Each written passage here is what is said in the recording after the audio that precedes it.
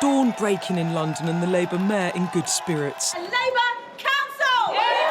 The capital's council's changing hands. Labour winning here in Wandsworth, a symbolic success for the party.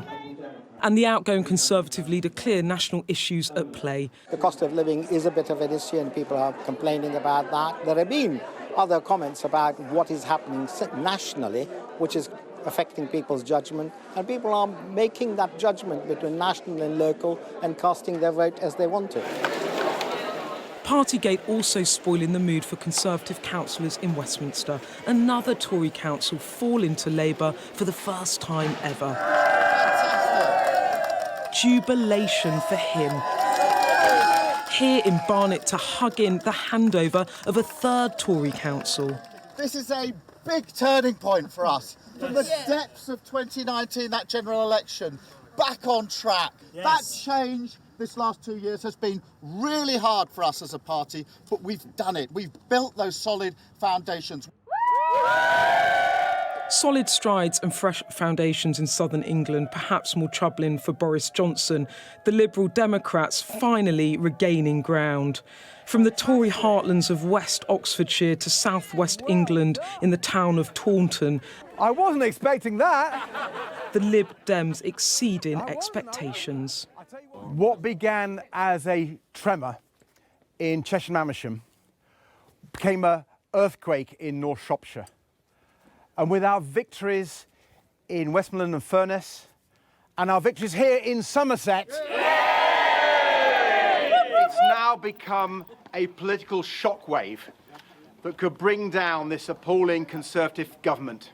My God, it looks a bit greener, Crown. That not the picture this PM would paint of this set of election results. By no means the royal reception he received at last year's elections, but this not a total catastrophe either. She is the longest-serving monarch in the history of the country. Boris Johnson dismissing symbolic losses and minor gains as mid-term blues.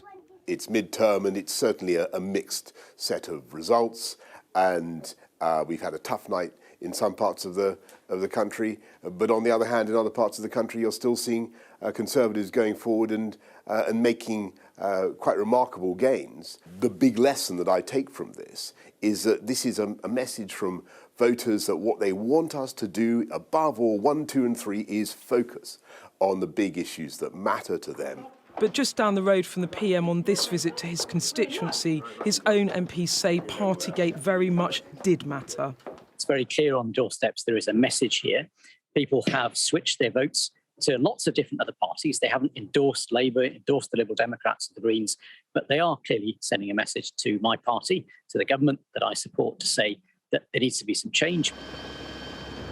Across London, the day didn't start well for the Prime Minister. From Wandsworth to here in Westminster, the Tory party losing crucial ground in London. Number 10 predicted it was going to be a grisly night. But in this first ballot box test for the Prime Minister since the party scandal broke, he emerged battered but not entirely broken, holding enough ground in the red wall to hold off his critics for now. This man, the Tory Scottish leader, was for a while one of his critics, now back behind the Prime Minister, but behind in the polls too. The Scottish Tories now in a sore third place in Scotland, losing more than 60 councillors across the country as Labour moved to second place. I aspire for us to be in first place. That's a long road ahead, but I'm really pleased that we're demonstrating real progress over the course of the last year. That's been borne out by these results, where we've made gains, yes, from the Conservatives, but we've also gained seats from the SNP. We've won in places we haven't won in for a very, very long time. So a good day for the Scottish Labour Party, but I want us to drive forward. From Scotland to the south and to London, these are a bad set of results for Boris Johnson, but they could prove the least of his worries as a recession and double-digit inflation looms.